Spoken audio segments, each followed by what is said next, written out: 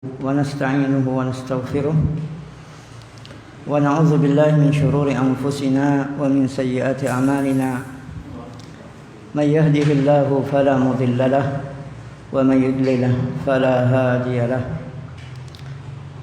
أشهد أن لا إله إلا الله وحده لا شريك له وأشهد أن محمدا عبده ورسوله صلى الله وسلم وبارك عليه وعلى آله وصحبه ومن تبعهم بإحسان إلى يوم الدين.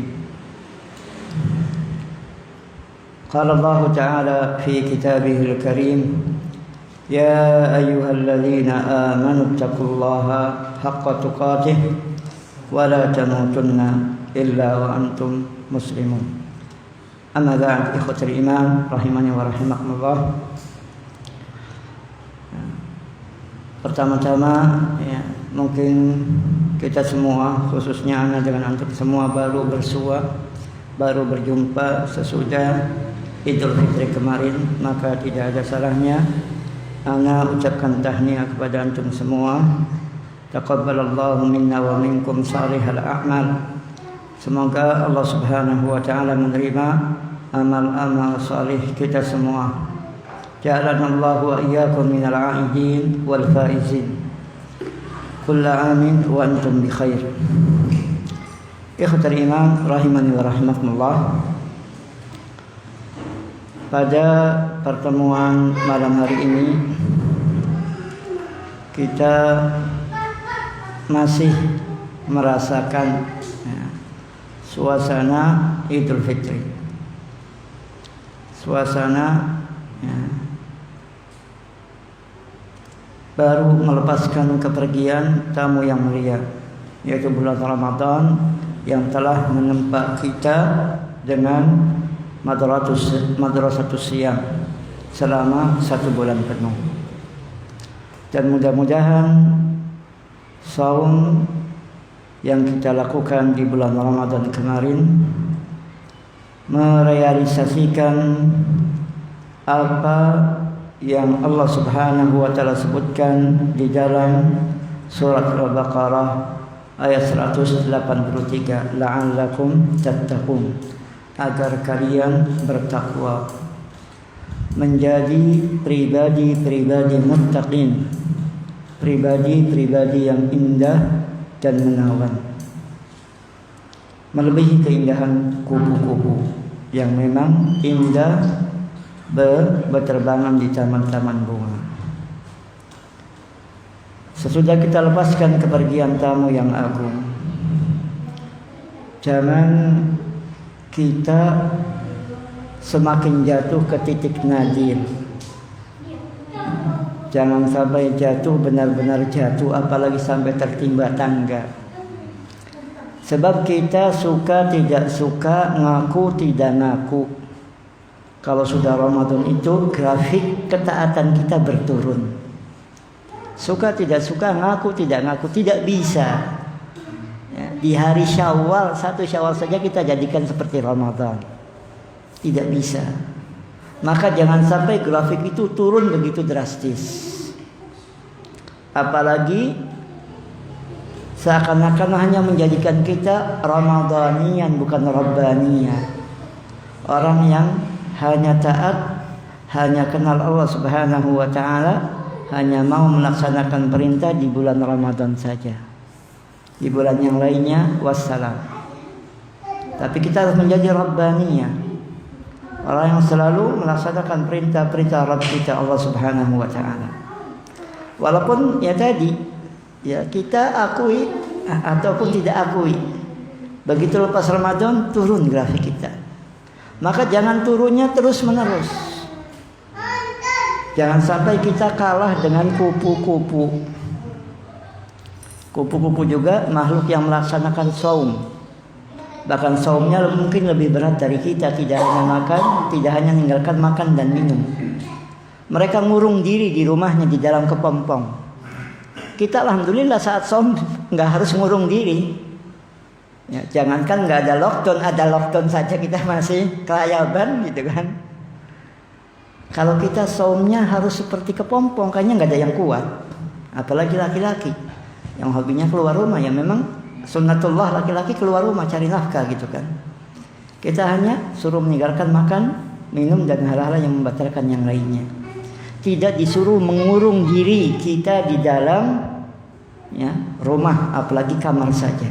Jadi nggak ada puasa apa isinya saum pati geni nyepi apa gitu kan, mengurung diri. Kepompong tadi asalnya apa? Ular kata orang Melayu ya. Ular itu jangankan anak-anak kecil, orang tua aja ada yang ya geli, jijik, takut, jember istilahnya. Tapi setelah saum mengurung diri, sesudah selesai masa saumnya, subhanallah jadi kupu-kupu yang indah, yang diburu oleh para kolektor, para pencinta kupu-kupu bisa sampai jutaan. Itu saumnya, puasanya makhluk yang tidak berakal. Maka kita sebagai manusia yang Allah Subhanahu wa taala utamakan kita, lebihkan kita dibanding makhluk-makhluk yang lainnya, maka sesudah Ramadan harusnya kita lebih indah dari kupu-kupu tadi. Kupu-kupu tadi yang tadinya ulat, orang jijik melihatnya. Yang sebagian ulat kalau hinggap di daun-daunan bisa merusak, memakan daun-daunan itu, akhirnya bisa sampai gagal panen. Tapi begitu ya berpuasa dan selesai dari puasanya menjadi pribadi yang indah, perubahan yang sempurna, berubah nama, berubah watak dan sifatnya. Sesudah jadi kupu, jangankan di batang ya, dahan mangga yang besar, di bunga-bunga kecil saja nggak bakal merusak kalau dia hinggap. Bahkan tidak mustahil membantu sebagian proses perkawinan antara ya, bunga dengan yang lainnya. Itu sudah menjadi kupu. Pada saat masih puasa, masih jadi ulet, ya boro-boro keluar dalam kepompongnya saja gitu. Jangan kita seperti ular. Jangan seperti ular. Sama ya, ular juga binatang yang ada masa berpuasanya. Bahkan istilahnya sampai apa? Ngelungsumi ya. Ngelungsumi sama ya bahasanya ya. Ngelungsumi sampai ganti kulit. Yang kadang-kadang untuk ganti kulitnya itu Masya Allah katanya beratnya seperti apa. Tapi sesudah itu ular ya tetap ular, nggak rubah. Tadinya kepompong nggak bisa jalan, ya bisa terbang sesudah puasa. Ini ular ya tetap ular, nggak ada ular terbang kecuali pada film, ya film bohong-bohongan. Ular tetap merayap, nggak rubah namanya ular walaupun sudah ngelungsumi. Tabiatnya sama, di depannya ada yang dipatuk, dikasih bisa gitu kan. Semua orang tetap takut. Jadi tidak ada perubahan dari puasa atau saum yang ular lakukan. Maka kita berlindung kepada Allah Subhanahu wa taala ya. Semoga puasa kita tidak seperti puasanya ular yang tidak menghasilkan apa-apa. Hanya kulit luar yang tidak banyak memberikan pengaruh pada pribadi. Maka dari itu ikhwatal iman rahimani wa rahmakumullah, karena kasih sayang Allah Subhanahu wa taala kepada umat ini dan juga perhatian Rasulullah sallallahu alaihi wasallam yang begitu besar kepada umatnya, sebagaimana pernah kita kaji di dalam masalah keutamaan Lailatul Qadar, maka berkaitan dengan saum juga. Kalau di bulan Sya'ban kita dianjurkan untuk memperbanyak saum sunnah itu seperti salat qabliyah.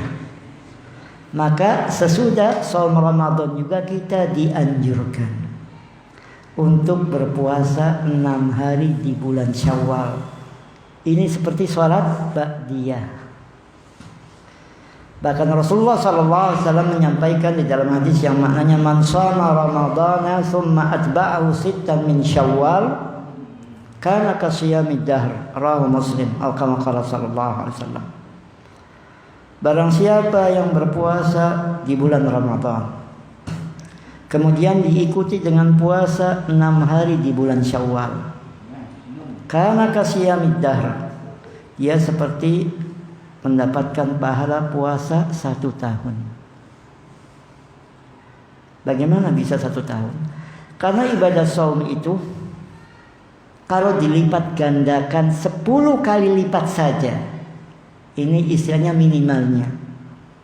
Bahkan Allah Subhanahu wa taala membalas ibadah saum itu langsung, wa ana ajzi bihi, dan aku yang akan memberikan balasannya. Tidak mewakilkan malaikat kali 10. Ana ajzi bihi, aku yang akan memberikan balasannya. Maka kalau 10 kali lipat saja itu minimalnya, berarti 1 bulan kita sudah dapat berapa? 10 bulan. 10 bulan. Itu Ramadan. Satu bulan berpuasa Ramadan kita seperti berpuasa 10 bulan. Kemudian ditambah 6 hari di bulan Syawal. 6 kali 10, 60 hari alias 2 bulan. 10 tambah 2, 12 bulan, 1 tahun. Jadi umat ini, kaum muslimin, tidak perlu berpuasa 1 tahun penuh untuk mendapatkan pahala 1 tahun. Cukup Ramadan dengan 6 hari di bulan Syawal. Sehingga sebagian ulama juga membenci, tidak menyukai seseorang yang berpuasa 1 tahun penuh tanpa berbuka, kecuali hari-hari yang diharamkan saja, misalnya Idul Fitri, Idul Adha, dan 3 hari tasyrik. Itu berpuasa sepanjang tahun dibenci. Dan tidak ada saum nafilah yang melebihi saum Nabi Daud alaihi salam. Sehari puasa, sehari tidak. Sehari puasa, sehari tidak. Kecuali pada hari-hari yang diharamkan. Kalau memang Allah Subhanahu wa ta'ala berikan kekuatan kepada kita untuk saum Daud, maka tidak ada yang lebih utama dari saum Daud. Jadi kalau kita sudah bisa berpuasa Ramadan penuh, ditambah 6 hari di bulan Syawal, kasarnya tidak puasa sunnah yang lainnya juga, kita sudah puasa sepanjang tahun. Ya tapi ya kita akan rugi banyak. Bukan menang banyak, rugi banyak kalau kita tinggalkan puasa-puasa yang lainnya. Apalagi puasa-puasa yang memiliki balasan-balasan khusus. Seperti puasa Arafah, yang yukafir as-sana al-ati wal madiyah, menghapuskan dosa tahunnya lalu dan yang akan datang. Atau berpuasa secara umum di 9 hari awal bulan Zulhijjah, karena hari ke-10-nya nggak boleh puasa. 9 awal bulan Zulhijjah, atau 9 sama 10 bulan Muharram misalnya. Ya jangan kita tinggalkan eman-eman, walaupun kasarnya kita sudah dapat pahala 1 tahun. Itu kalau diterima. Itu kalau diterima. Masalahnya kita ikhlas tidak. Dan kita berharap, ya, tadi di awal doa kita juga, semoga Allah Subhanahu wa ta'ala menerima amal saleh kita semua. Nah sekarang mumpung masih ada waktu. Tanggal berapa sekarang kita Syawal?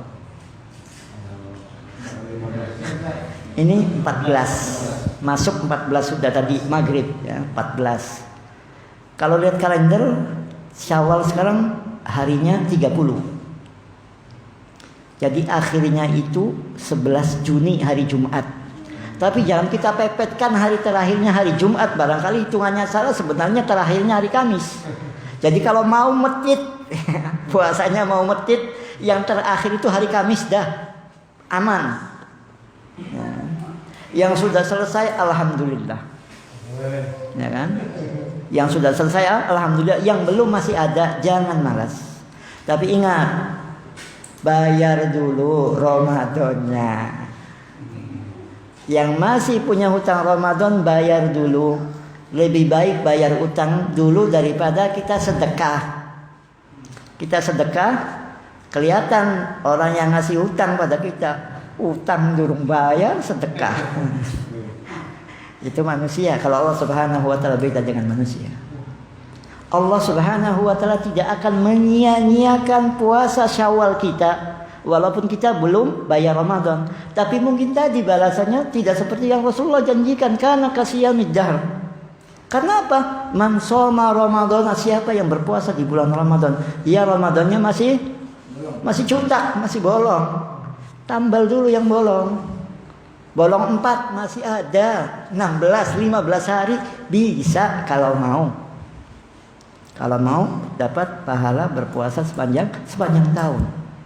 Mumpung kita masih baru tanggal 14 besok ini. Sekarang sudah mulai kan. Boleh 6 mulai besok, apalagi besok. Ya, besok tanggal 14 sama hari Kamis punya 2 keutamaan. Kamis 3 keutamaan. Ayyamul bid. Hari Kamis 6 hari di bulan Syawal. 3 kalau hari Kamis. Besoknya Rabu 2. Ayyamul bid sama Syawal. Berarti Rabu Kamis 2, nanti tambah Senin lagi Ustaz, enggak apa-apa, Senin lagi. Senin Kamis peragat, selesai. Jangan nunggu Jumat takutnya. Ya karena kemarin Ramadannya 30, takutnya sekarang 29 hari. Walaupun sebagian kalender nulisnya Syawal ini 30 hari. Jadi sampai 11 Juni. Udah Jumat buat anulah. Jumat jangan buat saum lah. Yaitu hari raya mingguan. Kalau bisa potong kambing gitu kan. Dan saum Syawal ini tidak hangus, tidak selesai dengan raya Sawalan kemarin. Yang ada raya Sawalan. Tanggal berapa bisa? 7 apa 8? Ya, 7 Syawal biasanya. Hari raya ketupat kan. Nggak ada Sawalan. Akhirnya karena ada Sawalan, begitu Sawalan nggak ada puasa lagi. Ya. Terus juga jangan kita yakini begitu Idul Fitr sudah kita ini seperti bayi baru lahir, kosong. Enggak. Kalimatnya Idul Fitr bukan Idul Fitrah. Ada Al-Fitr, ada Al-Fitrah. Al-Fitrah pakai ta marbutah. Kullu mauludin yuladu 'alal fitrah. Setiap bayi yang terlahir dalam keadaan fitrah suci. Tapi Id kemarin bukan Idul Fitrah, Idul Fitr. Al-Fitr itu artinya berbuka, lawannya saum. Mengapa dikatakan Idul Fitr? Karena kita berbuka pada hari itu, sebelumnya puasa. Sehingga untuk Idul Fitri dianjurkan sebelum sholat Id kita makan dulu. Ada kurma. Mau ngopi, monggo. Ada serabi, silahkan. Makan dulu sebelum sholat Idul Fitri. Supaya kita, sekarang ini kita nggak puasa, kita lagi fitr, lagi buka. Sehingga puasa diharamkan pada Idul Fitr, bukan Idul Fitrah. Maka kalau kita buka kitab-kitab ulama, baik kitab-kitab fikih ataupun kitab hadis-hadis ahkam, hadis-hadis hukum, babnya atau kitabnya Shadaqah Al-Fitr atau Zakat Al-Fitr, bukan Shadaqah Al-Fitrah atau Zakat Al-Fitrah. Itu hanya ada dalam fikih bahasa Indonesia, zakat fitrah. Nah, kalau kita fikih yang bahasa Arab, shadaqah al-fitr atau zakat al-fitr, bukan fitrah. Fitrah ada sendiri. Kullu mauludin yuladu 'alal fitrah. Maka karena pemahaman yang salah dianggapnya Idul Fitri kita seperti bayi lahir, akhirnya mulainya maksiat lagi. Yang salaman. Apalagi nggak sekedar salaman, yang remes misalnya, yang lawan jenis. Karena tadi sebagian pemahaman yang salah dari mana Idul Fitri. Idul Fitri kembali berbuka. Karena sebulan kemarin kita puasa, sekarang buka. Bukan kembali kepada kesucian seperti bayi lahir, bukan. Dan seandainya makna itu benar, kembali kepada kesucian, tidak pantas kita baru suci kemudian dikotori lagi. Kalau mana itu benar, dan mana itu dari sisi bahasa saja sudah tidak benar. Wallahu a'lam. Ya, walaupun kita akui sekali lagi tidak bisa kita seperti level pada saat bulan Ramadan, tidak bisa. Nggak ngaku. Kita mungkin Ramadan bisa ngaji 3 juz sehari. Bulan Syawal, hari 1 Syawal bisa 1 juz saja bagus. Ngaku aja gitu kan. Saya sendiri paksakan Syawal 1 juz. Itu juga dipipil, ya. Maghrib setengah juz, misalnya subuh seperempat juz. Tapi harus dipaksakan. Tidak bisa untuk menyamai level kita, level ketaatan kita selama bulan Ramadan. Tapi jangan sampai terjun bebas. Kayak seperti itu. Ya turun sedikit-sedikit wajar lah, gitu kan. Walaupun sekali lagi bahwa kita harus bisa lebih indah dari kupu-kupu tadi. Baik, ikhwatal iman rahimani wa rahimakumullah. Masalah yang kedua yang berkaitan insyaallah dengan yang akan terjadi besok malam insyaallah. Sekali lagi kalau kita lihat kalender melalui ilmu hisab, boleh dikatakan kalangan ilmu hisab sepakat bahwa besok malam itu ada gerhana bulan. Ada gerhana bulan. Dan waktunya kebetulan totalnya itu ba'da maghrib. Maghrib. Sehingga di Masjid An-Nur sendiri sudah kita set, insyaallah besok itu habis salat maghrib kita lihat posisi bulan. Kalau memang terjadi gerhana kita langsung kumandangkan as-salatu jami'ah atau inna salata jami'ah. Berapa kali? 2 kali cukup, kayak azan, kalimatnya 2 kali. Dan untuk salat gerhana tidak ada azan, tidak ada qomat, adanya as-salatu jami'ah atau inna salata jami'ah. Dan ucapan ini bukan untuk salat id. Salat id nggak pakai as-salatu jami'ah, nggak pakai. Ini untuk salat gerhana.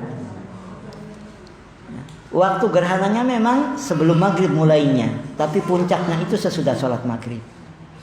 Jadi kalau mau sholat di sini ya sesudah sholat maghrib, sholat ba'diyah, lihat ada gerhana, kumandangkan as-salatu jami'ah. Sebelumnya untuk persiapan antisipasi bisa saja misalnya habis asar diumumkan barangkali di sini diadakan. Kalau tidak ya monggo ke Masjid Nur. Nah. Kalau tidak terlihat di Masjid Nur kajian biasa berjalan malam Kamis, maka ya acaranya kajian. Kalau terlihat salat gerhana kemudian khutbah. Baik, ikhwatul iman rahimani wa rahimakumullah. Dan memang terjadinya ya Bu, saya kalah suaranya nih Bu. Terjadinya gerhana bulan memang rata-ratanya itu pertengahan bulan dan besok juga tanggal 15. Dan itu akan lebih nyata kelihatannya kalau memang tidak ada mendung yang menghalangi pandangan kita untuk melihat bulan. Besok malam 15, ya kan? Dan ya mungkin banyak di antara kita yang sudah dapat WA penentuan ya, jam-jamnya mulai gerhana sebagian, mulai gerhana total, kemudian selesai gerhana total, gerhana sebagian dan selesai ininya. Maka karena mendekati waktu Isya di An-Nur sendiri kita set kira-kira selesai khutbah itu ya sedikit lagi waktu Isya atau sesudah waktu Isya sedikit. Jadi sesudah selesai khutbah kita langsung azan salat Isya kalau memang waktunya sudah masuk. Itu yang rencana di Masjid An-Nur besok. Kalau di sini ya siap mengadakan silakan. Antum adakan, ya kan?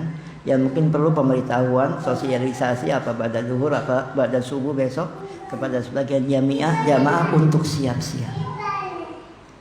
Dan ini sebenarnya kelemahan kita.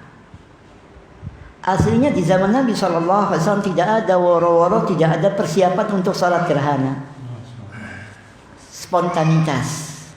Tapi sekarang siapa yang perhatian ke bulan matahari? Nggak ada yang perhatian. Sehingga saat itu Rasulullah SAW benar-benar takut karena matahari nggak seperti biasanya. Dan kalau kita nggak mendengar, apalagi gerhana matahari total, kita juga makin akan takut. Tapi karena kita sudah tidak punya perhatian itu, ditambah dengan ya satu sisinya bantuan kita persiapan untuk sholat, adanya hisab tadi yang menentukan kapan terjadinya, termasuk jam, menit dan detiknya. Akhirnya kehebatan untuk menghadirkan rasa takut dari gerhana yang terjadi boleh dikatakan nyaris hilang. Bahkan sebaliknya, sekarang gerhana dijadikan momen untuk selfie-selfian. Salatnya hilang. Apalagi takut sholat juga mungkin tidak, yang penting-penting selfie, apalagi gerhana totalnya sebentar misalnya. Lain kalau gerhana totalnya 1 jam lebih, mau selfie sebentar ya nggak masalah di sholat misalnya gitu. Rasa takutnya sudah hilang kalau ada gerhana sekarang. Karena apa? Ya tadi sebelumnya sudah nyebar beritanya. Tapi kalau nggak diberitahu, nggak bakal ada yang sholat, mungkin nggak ada yang perhatian ya. Tanda-tanda kebesaran Allah Subhanahu wa Ta'ala yang ada di alam semesta. Jangankan bulan, mungkin gerhana matahari total juga ya biasa-biasa aja. Kok gelap sih? Apa? Baru. Nah, kalau memang gerhana matahari total mungkin bisa hadir kehadiran perasaan takut tadi. Kalau belum ada woro-woro. Kok matahari? Oh gerhana, harus sholat. Ya, kan? Tapi sekarang kalau nggak ada perhatian dari para astronom ataupun ahli falak, ahli hisab yang menghitung itu, ya kita juga mungkin nggak tahu sholat gerhana. Jadi kita ambil sisi baiknya saja sebagai persiapan bagi kita untuk melaksanakan sholat khusuf ataupun kusuf gerhana. Persiapan. Terlihat kita sholat gerhana, tidak, ya tidak. Lihat apa? Gerhananya nggak ada kok, ya kan? Walaupun ahli hisab sepakat, kita lihat apa tidak kalau tertutup mendung semua. Hujan lebat semua, kita nggak melihat sholat apa, gerhana apa, gerhana hujan, ya kan? Sehingga ya, waktunya ini saat mulai terjadinya gerhana. Ya. Kalau gerhana totalnya cukup lama ya mungkin kita pilih ya saat gerhana totalnya ini, karena totalnya sebentar ya mungkin kita tidak masalah pelaksanaannya dari selesai sholat ba'diyah maghrib, dan mungkin itu baru masuk awal total ya sampai ya, selesai ya, mundur waktu isya sedikit nggak ada masalah. Karena kalau kita praktekkan sifat sholat gerhana yang dilaksanakan oleh Rasulullah SAW, tidak ada yang sanggup untuk melaksanakannya sekarang. Makmumnya sanggup, imamnya yang nggak mau. Al-Baqarah, An-Nisa, Ali Imran, siapa yang mau? Ya, jamaahnya siap, imamnya nggak siap. Kalau benar-benar dilaksanakan. Karena apa? Saat itu istrinya Rasulullah SAW tidak tahu berapa lama gerhananya. Iya kan? Kalau sekarang diprediksi totalnya cuma sekian menit. Ya, dianjurkan untuk diperpanjang. Beda dengan sholat yang lainnya. Walaupun nggak baca Al-Baqarah. Baca Al-Baqarah makmumnya melayu, ya kabur. Terus waktunya juga kalau baca Al-Baqarah sampai selesai saja buat 2 rakaat itu ya selesai mungkin sudah jam 8, isanya sudah kebablasan gitu. Lewat walaupun masih dalam waktu gitu kan. Jadi ya, sifat ya, sholat khusuf pakai kha ataupun kusuf pakai kaf. Udah kita samakan aja, gerhana bulan atau matahari, kusuf atau khusuf sama, gampangnya sudah. Ya, itu baik di siang hari. Kalau siang hari berarti sholat apa? Gerhana matahari. Kalau malam hari gerhana bulan. Ya. Kalau malam hari jahar sudah jelas, sholat malam biasanya jahar semua. Tapi untuk siang hari gerhana matahari misalnya di lain waktu, tetap bacaannya seperti sholat Jumat, jahar keras. Nah, sholat-sholat yang dianjurkan berjamaah, apalagi wajib, dan memang sebagian ulama mengatakan sholat gerhana juga wajib. Sebagian ulama, walaupun mayoritasnya mengatakan sunnah muakkadah. Mengapa wajib? Karena terjadi cuma sekali, Rasulullah melaksanakan dan juga memerintahkan umatnya. Sehingga ulama yang mengatakan wajib juga ya alasannya kuat. Kalau gerhananya beberapa kali, Rasulullah ya seringnya sholat, sekali tidak sholat berarti tidak wajib. Sekarang sulit untuk mengatakan tidak wajib. Karena apa? Cuma terjadi sekali, Rasulullah melaksanakannya sendiri dan menyuruh umatnya. Dan para sahabat radhiyallahu anhum sholat di belakang Rasulullah sallallahu alaihi wasallam. Maka karena gerhana matahari terjadi cuma sekali di masa hidup Rasulullah sallallahu alaihi wasallam, maka tentunya pelaksanaan sholat gerhana juga di masa Rasulullah cuma sekali. Beda dengan sholat Idul Fitri atau Idul Adha misalnya, atau sholat khauf, sholat karena takut, baik karena musuh atau yang lainnya, atau sholat jenazah.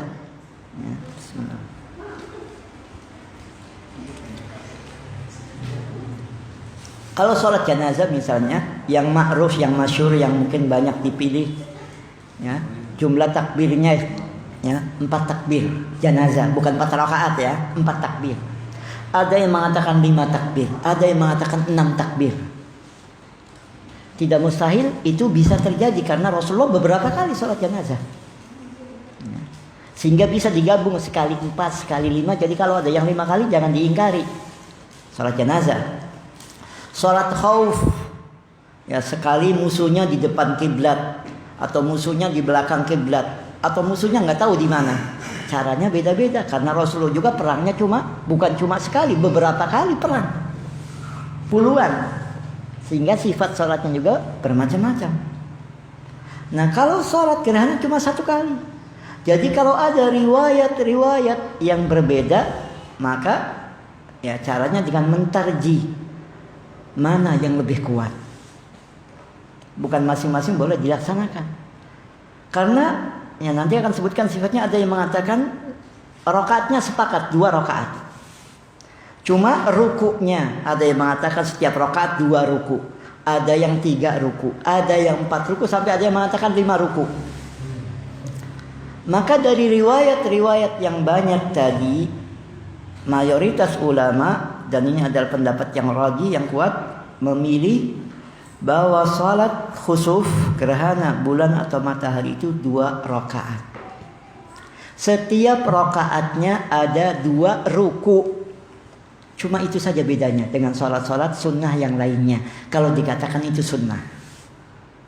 Atau cuma bedanya dengan salat subuh, kalau dikatakan itu wajib, walaupun wajibnya tidak seperti wajibnya salat subuh. Setiap rakaat ada 2 ruku. Jadi gimana? Ya pertama biasa takbiratul ihram, Allahu Akbar. Baca doa iftitah, baca isti'adzah atau ta'awudz, baca surat Al-Fatihah sampai selesai, amin amin. Sama. Baca suratnya yang panjang, jangan 4 kul. Qul ya, qul hu, qul a'udzu birabbil falaq, qul a'udzu birabbin nas. Baca yang panjang. Al-Baqarah nggak bisa, ya baca yang sedikit panjang lah kayak itu kan. Apalagi kalau memang jangka atau jarak ya masa gerhananya cukup lama misalnya. Pada ruku yang pertama suratnya paling panjang. Kalau kita katakan misalnya taruhlah 2 halaman. Bukan 2 lembar, 2 halaman. Ya. Sudah selesai 2 halaman, ruku. Ya, rukunya diperpanjang. Jangan seperti ruku sholat biasa. Jangan seperti ruku sholat biasa. Diperpanjang rukunya. Bacanya apa? Ya itu diulang-ulang. Sampai 10, 2 kali, 20 kali nggak ada masalah. Sudah? Bangkit lagi. Sami Allahu liman hamidah. Rabbana walakal hamd. Sujud? Enggak. Baca Al-Fatihah lagi. Nah, ini baca Al-Fatihah lagi. Sampai selesai. Amin lagi, amin lagi. Kemudian baca surat lagi. Lebih pendek dari yang tadi. Kalau tadi misalnya 2 halaman, sekarang 1,5 halaman misalnya. Kemudian ruku, sujud, dan seperti biasa 1 rakaat. Itu baru satu rakaat. Kalau kita ketinggalan ruku yang pertama, kita ikut ruku yang kedua, kita ketinggalan rakaat itu. Kita belum dapat rakaat itu, walaupun imamnya baca 4 lembar. Ada yang ini. Kita belum dapat rakaat itu kalau kita enggak ruku yang pertama bersama imam. Karena ruku yang pertama tadi rukun salat. Siapa yang tidak mendapatkannya, dia tidak mendapatkan rakaat. Jadi harus tambah dia nantinya. Ustaz, saya datanya imam lagi baca Al-Fatihah. Iya, Al-Fatihah yang kedua. Ya, imam sudah ruku. Sudah selesai sujud, sama sujudnya diperpanjang. Beda dengan sujud-sujud yang lainnya. Ya. Sujudnya tetap 2 kali, sama seperti sholat subuh atau sholat sunnah 2 rakaat yang lainnya. Kemudian bangkit menuju rakaat yang kedua. Pada rakaat yang kedua mengerjakan seperti yang kita lakukan pada rakaat pertama, walaupun suratnya semakin lebih pendek. Tadi misalnya yang kedua 1,5, sekarang ruku yang pertama 1 halaman misalnya. Ruku yang keduanya 1/2 halaman misalnya. Yang jelas bedakan lebih panjang dengan sholat yang lainnya. Ya. Sujudnya sama 2 kali, tahiyatnya sama seperti biasa, salam seperti biasa. Kemudian sesudah salam, ya, dianjurkan untuk apa? Untuk khutbah. Untuk khutbah. Ya, khutbahnya ya cukup sekali. Yang mau khutbah 2 kali ya monggo gitu kan. Kemudian ikhwatul iman rahimani wa rahimakumullah. Inilah sifat salat khusuf gerhana yang banyak dipilih oleh para ulama. Dengan 2 rakaat, dengan 2 ruku setiap rakaatnya, dengan 2 kali membaca Al-Fatihah ya setiap rakaatnya. Kalau di tengah-tengah sholat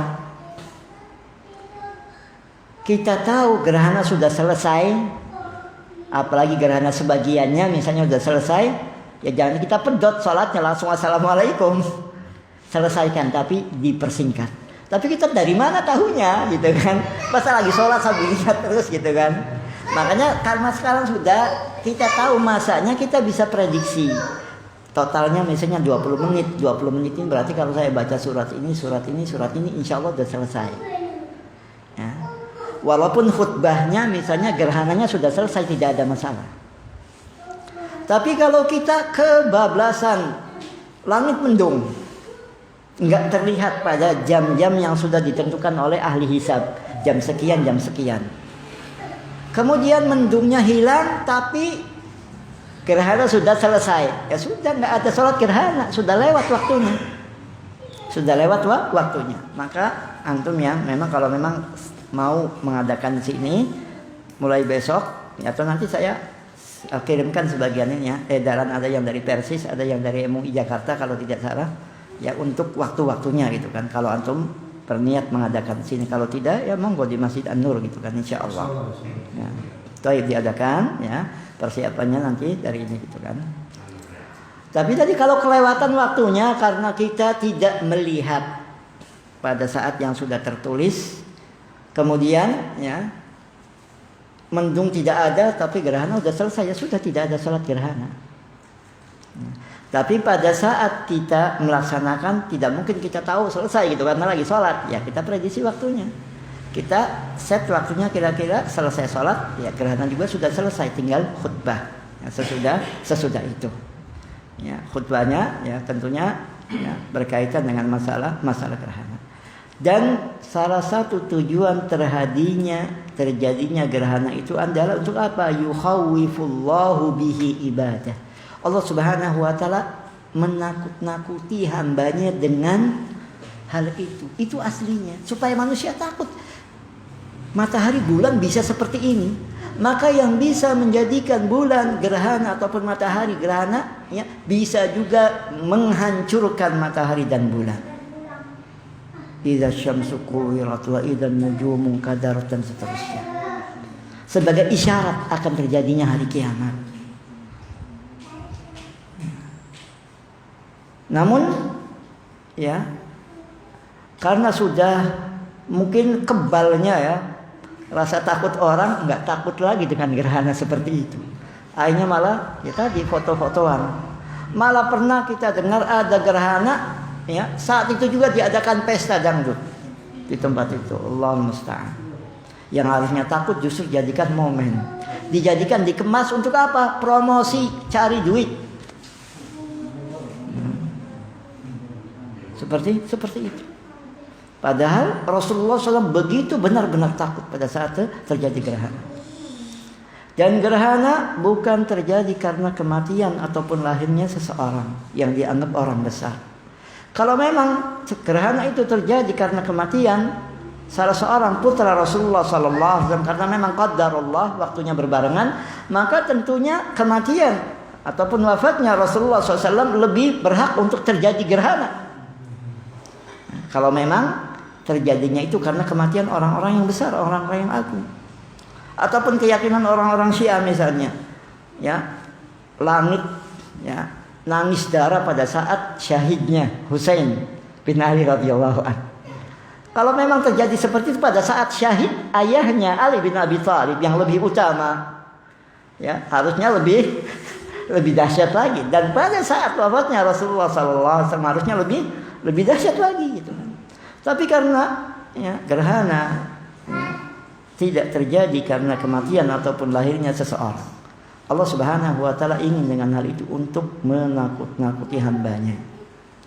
Sehingga kalau kita melihat gerhana tadi, ya, maka Rasulullah menyebutkan fadullah, maka berdoalah kepada Allah Subhanahu wa taala, meminta ampunan, meminta ya hilangkan azab. Wasallu hatta yanjad, dan salatlah kalian sehingga nampak kembali seperti semula.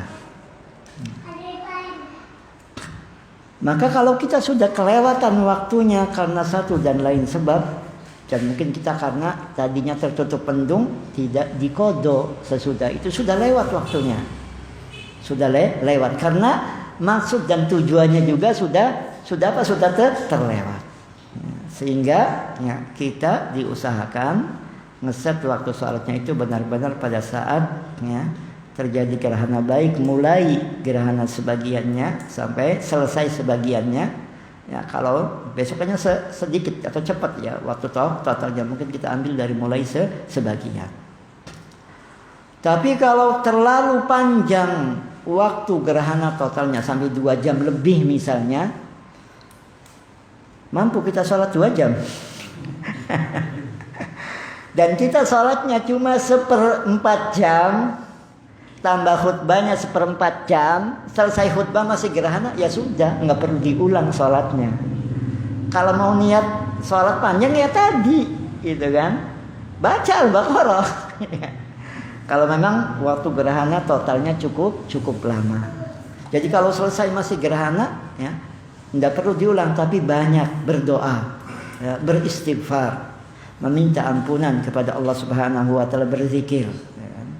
Sebab Rasulullah SAW tidak menambahkan dari 2 rakaat itu saja. Dari 2 rakaat itu saja. Ya. Ikhwatul iman rahimani wa rahimakumullah. Ya. Ini yang berkaitan dengan sifat ataupun pelaksanaan ya, cara ya salat khusuf. Mungkin barangkali di antara kita ada yang sama sekali belum pernah salat ini, karena salat ini tidak setahun sekali. Bisa setahun lebih dari sekali, bisa 3 tahun baru ada lagi. Maka besok kesempatan emas. Kita persiapkan dan semaksimal mungkin kita juga hadirkan rasa takut itu. Kalau Allah Subhanahu wa taala mampu menghilangkan sebagian cahaya bulan atau menghilangkan sebagian sinar matahari beberapa saat, beberapa waktu, maka Allah juga mampu untuk menghancurkan itu semua, untuk menghilangkan cahaya dan sinar matahari tadi. Sehingga kita harus banyak ya berdoa dan meminta ampunan kepada Allah Subhanahu wa taala. Tapi ikhwatul iman rahimani wa rahimakumullah, silakan barangkali ada yang ditanyakan berkaitan baik dengan masalah tadi saum yang 6 hari di bulan Syawal ataupun ya salat khusuf ini. Tafadhalu. Baik, tafadhal, bismillah. Tafadhal. Berkaitan dengan khutbah salat khusuf. Iya. Itu wajib ada ya? Iya. Mencari imam yang satu paket, yaitu ya imam yang, dan tidak diharuskan satu paket. Kalau memang ada ya seorang, isinya Allah Subhanahu wa taala berikan kelebihan pada sebagian orang. Ada yang isinya khutbahnya Masya Allah, tapi giliran suruh jadi imam, innalillah. Jadi imam misalnya pas-pasan, tidak ada masalah. tidak ada masalah, gitu kan? Karena kita sendiri juga sekarang imamnya enggak satu. Kalau kayak zaman Rasulullah, zaman sahabat, ya imam, ya khatib, ya itu terus, gitu kan? Sekarang hari ini Jumat ini khatibnya fulan, Jumat besok fulan lagi, apa nggak ada khatib lain, ya kan? Jadi tidak ada masalah. Mungkin barangkali ya kayak gitu tadi, Allah berikan pada si fulan kelebihan untuk khutbah, tapi sholatnya pas-pasan. Sebaliknya yang bacaannya masya Allah gitu kan, bagus bacaannya sesuai dengan kaidah tajwid, tapi suruh khutbah nggak berani, ya di mix, nggak ada masalah, insya Allah. Baik, wallahu a'lam. Silakan. Saya masih berkaitan dengan sholat. Ketika ruku pertama, Iya. dan setiap kali ruku, terus kemudian bangkit lagi, itu bacaannya Allahu Akbar apa Sami Allahu liman hamidah sama. Bangkit dari ruku itu at-tasmi'. Sami Allahu liman hamidah. Ada beberapa dari teman-teman ya, yang ketika bangkit dari ruku itu mengucapkan Allahu Akbar lagi. Bangkit dari ruku itu di salat wajib aja at-tasmi' sami Allahu liman hamidah. Khilafnya apakah makmum mengucapkan itu juga atau tidak. Dan ini bukan pembahasan sekarang khilafnya, tapi yang diucapkan oleh imam adalah sami Allahu liman hamidah, dan itu sebagai ganti takbir intiqal, takbir perpindahan Allahu Akbar dari rukun ke rukun yang lainnya. Jadi sami Allahu liman hamidah sudah posisi tegak, Rabbana walakal hamd, ini kan sir kan. Kemudian baca lagi Al-Fatihah lagi. Demikian juga pada ruku yang keduanya. Tetap kalau bangkit dari ruku itu at-tasmi', bukan at-takbir. Bangkit dari ruku itu at-tasmi', sami Allahu liman hamidah. Ya, wallahu a'lam. Silakan. Mengenai sholatnya gimana? Mengenai sholatnya dengan imam yang seperti itu. Maksudnya? Sholat makmumnya. Di mana? Sah enggak? Yang seperti apa? Yang kan saya pernah saya pernah bermakmum sama imam yang seperti itu ya. Ya ketika bangkit dari ini sholat 5 waktu apa? Sholat gerhana. Oh, sholat gerhana ya. Tapi imamnya itu ketika bangkit dari ruku bilangnya bahwa ya, kalau sebagian ulama yang mengatakan tasmi itu seperti tasbih di dalam ruku ataupun sujud yang merupakan wajibatus shalah, kewajiban salat yang apabila ditinggalkan dengan sengaja, ya, ditinggalkan dengan sengaja, ya, tidak boleh. Ya. Nah, dengar nih, kalau ditinggalkan dengan sengaja tidak boleh. Tapi kalau lupa diganti sujud sahwi. Ya, benar. Ya, itu wajibatus shalah, kewajiban yang ada di dalam salat. Beda dengan rukun. Kalau rukun ditinggal dengan sengaja, batal salat kita, harus diulang. Ini wajib, ya kan? Tasmi termasuk min wajibatis shalah. Qiyamnya, bangkitnya dari ruku itu rukun, tapi ucapannya wajib. Jadi kalau dia meninggalkannya dengan sengaja, tidak boleh. Tapi kalau lupa diganti dengan sujud sahwi. Makanya ya karena ini sholat, kasarnya sholat off the record, yang besok mau dipilih imam juga ya harus benar-benar kasarnya tanda kutip latihan dulu. Ya kan? Biarlahnya ya ini gitu kan. Silakan.